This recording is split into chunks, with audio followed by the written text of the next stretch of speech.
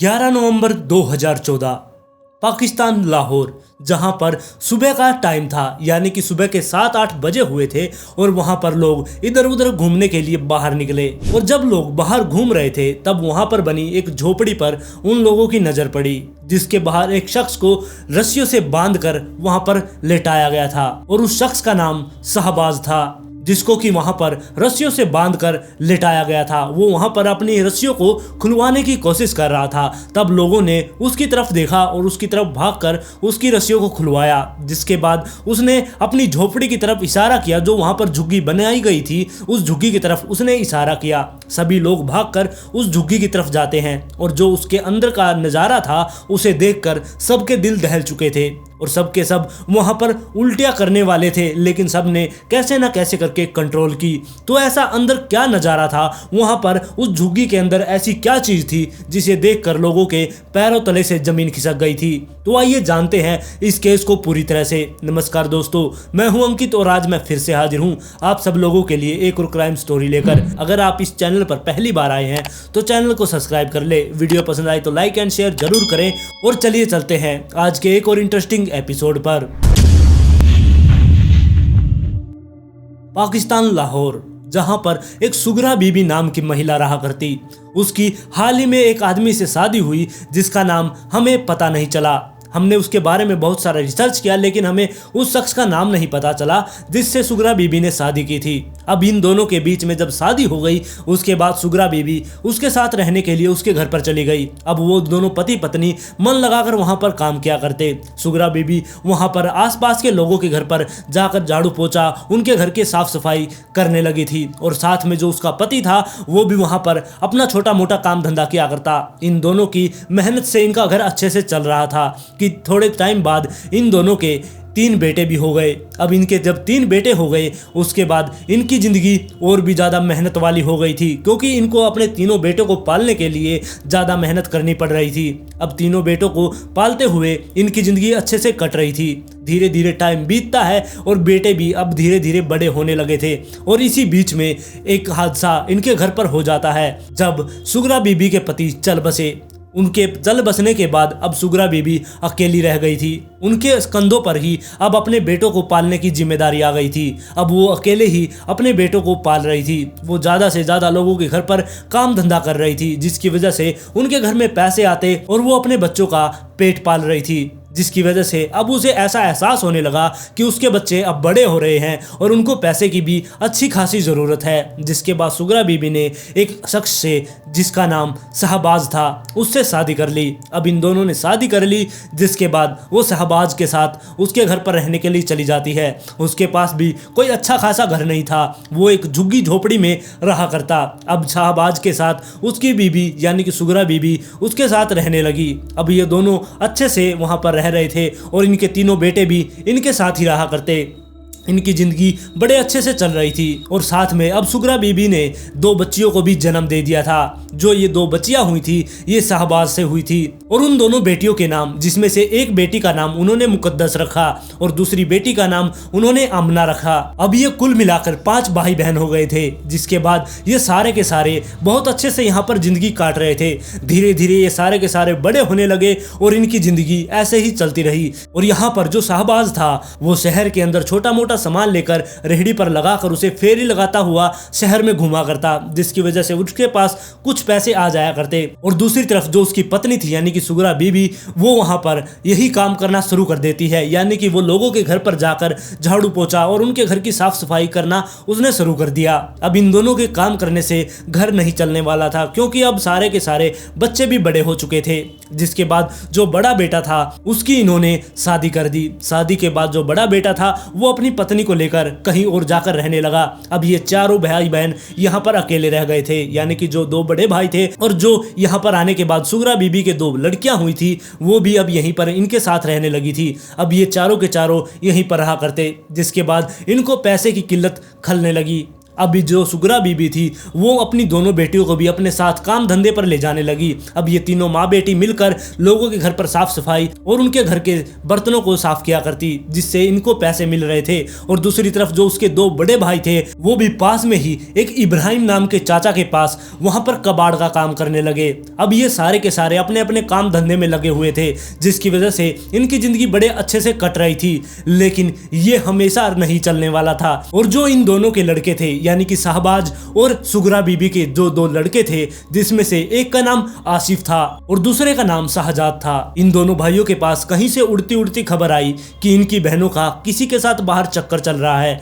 जिसके बाद ये दोनों बहुत ही ज्यादा गुस्सा हो गए। गुस्सा होने के बाद ये अपने घर पर जाते हैं और अपनी दोनों बहनों को पीटना शुरू कर देते हैं। लेकिन ये जब इनकी माँ ने उनसे पूछा कि इनको किस वजह से पीटा जा रहा है, तब उन्होंने बताया कि हमें पता चला है कि इन दोनों का कहीं बाहर चक्कर चल रहा है। लेकिन उन दोनों बहनों ने हमेशा यही कहा कि हमारा किसी के साथ कोई चक्कर नहीं चल रहा, तुम बिना वजह ही हमें मार रहे हो। लेकिन फिर भी उनकी माँ बीच में आ गई और उन दोनों बच्चियों को छुड़वा दिया गया। जिसके बाद वो दोनों भाई उनके ऊपर गुस्सा रहने लगे। अब हमेशा वो उसके ऊपर बिना बात ही गुस्सा करते रहा करते। उन दोनों बहनों को वो हमेशा ही यही समझाया करते, अगर हमें इस बारे में पता चला कि तुम्हारा किसी के साथ चक्कर चल रहा है तो हम तुम्हें जान से मार देंगे। इस बारे में भी उन्होंने कई बार उनको धमकी भी दी। और फिर ऐसे ही टाइम बीतता जाता है और टाइम 2014 का आ गया था।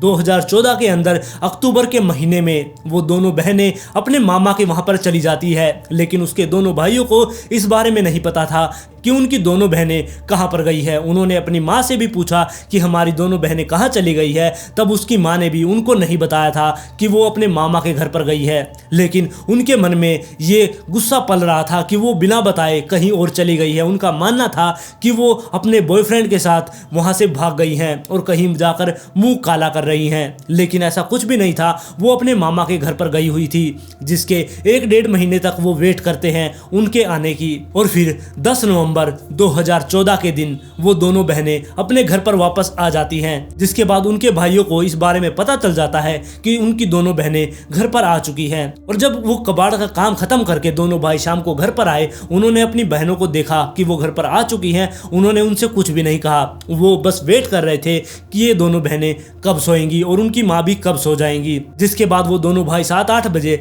अपने घर से बाहर निकल गए और कहीं पर जाकर उन्होंने खाना खाया और वहीं पर बैठे बैठे उन्होंने एक ऐसे क्राइम को अंजाम देने का वहां पर प्लान कर लिया था जिसको सुनकर आप लोगों के पैरों तले से जमीन खिसक जाएंगी। जिसके बाद वो दोनों भाई खाना वगैरह खाकर 9-10 बजे अपने घर पर पहुंचते हैं।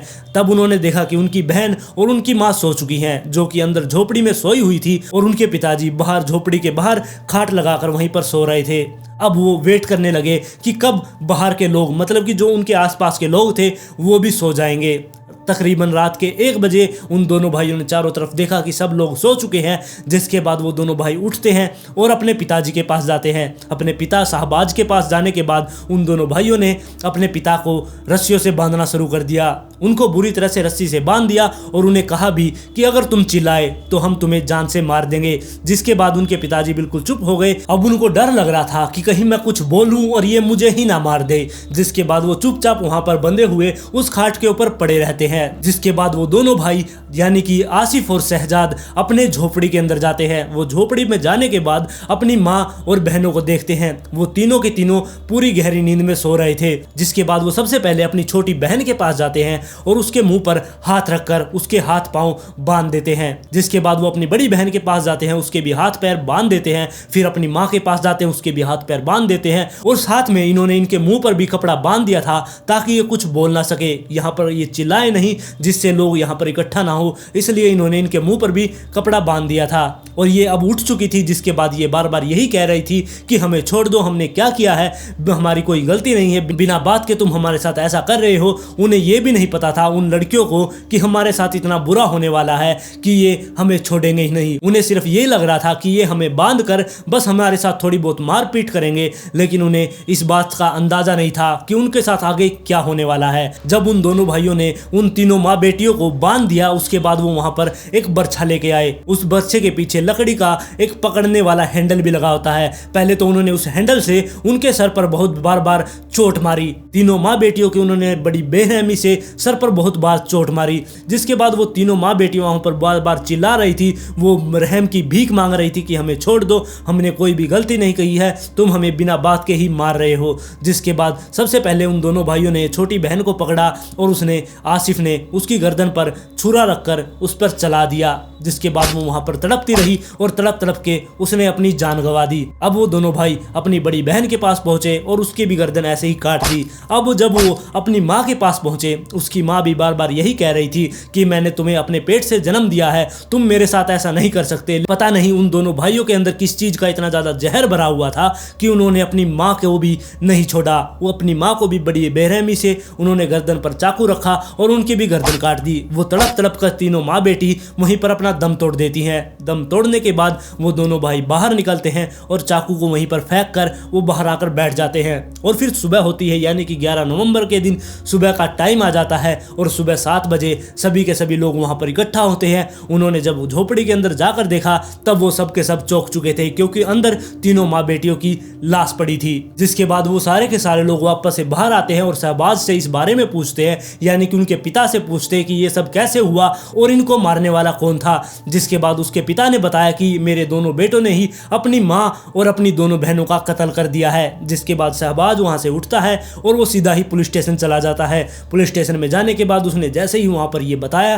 कि मेरे दोनों बेटों ने मेरी दोनों बेटियों को और अपनी माँ को जान से मार दिया है, ये बात सुनते ही पाकिस्तान की पुलिस हरकत में आई। वो एकदम से चौंक चुके थे कि दो बेटे अपनी ही माँ को और अपनी दोनों बहनों को कैसे मार सकते हैं। जिसके बाद वो सभी पुलिस की टीम वहां पर पहुंचती है। वहां पर आने के बाद उन्होंने उन डेड बॉडी को अपने कंट्रोल में ले लिया और उन्हें हॉस्पिटल में भेज दिया ताकि उनका पोस्टमार्टम हो सके। अब उनको हॉस्पिटल में भेजने के बाद पुलिस वालों ने वहां पर जांच शुरू कर दी। जिसके बाद पुलिस वालों ने सबसे पहले उन दोनों भाइयों को वहां से गिरफ्तार किया और उन्हें पुलिस स्टेशन में लेकर गए। और पुलिस स्टेशन में ले जाने के बाद जब उनसे पूछताछ की गई कि तुमने अपनी माँ और अपनी दोनों बहनों को क्यों मार दिया, तब उन्होंने बताया कि हमारी बहन का किसी के साथ चक्कर चल रहा था, जिसकी वजह से वो घर से भी भाग गई थी। और जब वो वापस आई तब हमें इतना ज्यादा गुस्सा आया कि हमें बर्दाश्त नहीं हुआ। हमें कहीं से पता चला था कि हमारी बहन किसी के साथ गलत चल रही है, जिसके चलते हमने उसे रोकने की भी कोशिश की, लेकिन वो रुकने वाली नहीं थी। हमारी माँ भी उन्हीं का साथ दे रही थी, जिसकी वजह से हमने ये कदम उठाया। और ये बात पता चलने के बाद वो पुलिस वाले वापस से वहां पर जाते हैं जहां पर उनका घर बना हुआ था, यानी कि वो झोपड़ी। उस वहां पर जाने के बाद वो आसपास के लोगों से इस बारे में पूछताछ करते हैं कि वो दोनों लड़कियां कैसी थी, उनकी माँ कैसी थी। तब आसपास के लोगों ने बताया कि वो तीनों के तीनों, यानी कि उनकी माँ और वो दोनों लड़कियां बहुत ही शरीफ थी। वो लोगों के घर पर अपना काम धंधा किया करती, जिसकी वजह से उनके पास पैसे आया करते। वो पैसा कमाने के लिए लोगों के घर पर बस काम धंधा किया करती। इसके बारे में उनको किसी को कुछ नहीं पता था कि उनका किसी के साथ चक्कर चल रहा था। इस बारे में सभी के सभी लोगों ने यही कहा कि उनका किसी के साथ चक्कर नहीं चल रहा था, बस इन दोनों भाइयों ने पता नहीं किस वजह से उन दोनों बहनों का बड़ी बेरहमी से और अपनी माँ का भी बड़ी, वो दोनों भाई इसी बात पर अड़े हुए थे कि उन्होंने जो किया वो सब कुछ सही किया, उन्होंने कुछ भी गलत नहीं किया। और बाद में जो सुगरा बीबी थी जिसको मारा गया था, उसके रिश्तेदार भी वहां पर पहुंचे उसके घर पर। जब उनको पता चला कि सुगरा बीबी का कत्ल कर दिया गया है, तब सभी के सभी परिवार वाले वहां पर पहुंचे। वहां पर आने के बाद उन्होंने भी बयान दिया कि जो इन्होंने किया है, यानी कि उन दोनों भाइयों ने किया है, वो सरासर गलत है। ये दोनों लड़कियां और इनकी माँ बिल्कुल ठीक थी, लेकिन इन दोनों भाइयों ने बिना वजह ही हमारी बेटी को और उसकी दोनों बेटियों को मार दिया। और इनका साथ देने के लिए इनके पिता भी इनके साथ शामिल थे, क्योंकि जब उनको बांधा गया था तब वो चिल्लाए क्यों नहीं। अगर वो चिल्लाते तो वो सारे के सारे आस पड़ोस के लोग वहां पर इकट्ठा हो जाते और उन तीनों की जान बचाई जा सकती थी। लेकिन उन्होंने ऐसा कुछ भी नहीं किया, वो वहीं पर पड़े रहे। उनके हाथ बांध दिए गए थे, लेकिन उनका मुंह तो खुला था, वो बोले भी नहीं। और दूसरी तरफ जो आसिफ और शहजाद था, वो पुलिस स्टेशन में थे। उनसे जब पूछा गया कि तुमने उनको कैसा मारा, तब उन्होंने पूरी डिटेल से बताया कि हमने उनको कैसे मारा था, और इस चीज की वीडियो रिकॉर्डिंग भी है। और उनसे इस बारे में भी पूछा गया कि जब तुम अपनी माँ और बहनों को मार रहे थे, क्या तुम्हारे मन में कोई भी थोड़ा भी रहम नहीं आया। लेकिन उन दोनों ने कहा कि हमारे मन में कोई भी रहम नहीं आया, बस हम अपना काम कर रहे थे, हमें बस उनको मारना था। हमने इन सब के बाद इन दोनों भाइयों को अदालत में पेश किया गया और वहां पर ले जाने के बाद अदालत ने इन्हें उम्र कैद की सजा सुना दी। और आज की स्टोरी में बस इतना ही। और आप लोग इस स्टोरी के बारे में अपनी राय मुझे कमेंट में जरूर दें। क्या इनको उम्र कैद ही मिलनी चाहिए थी या फिर इनको मौत की सजा मिलनी चाहिए थी? आप लोग इस चीज के बारे में मुझे कमेंट करके जरूर बताएं। और आप इस चैनल पर अगर पहली बार आए हैं तो चैनल को सब्सक्राइब कर लें। वीडियो पसंद आए तो लाइक एंड शेयर जरूर करें। और जल्द ही मिलते हैं ऐसे ही दिल दहला देने वाले एक और केस के साथ।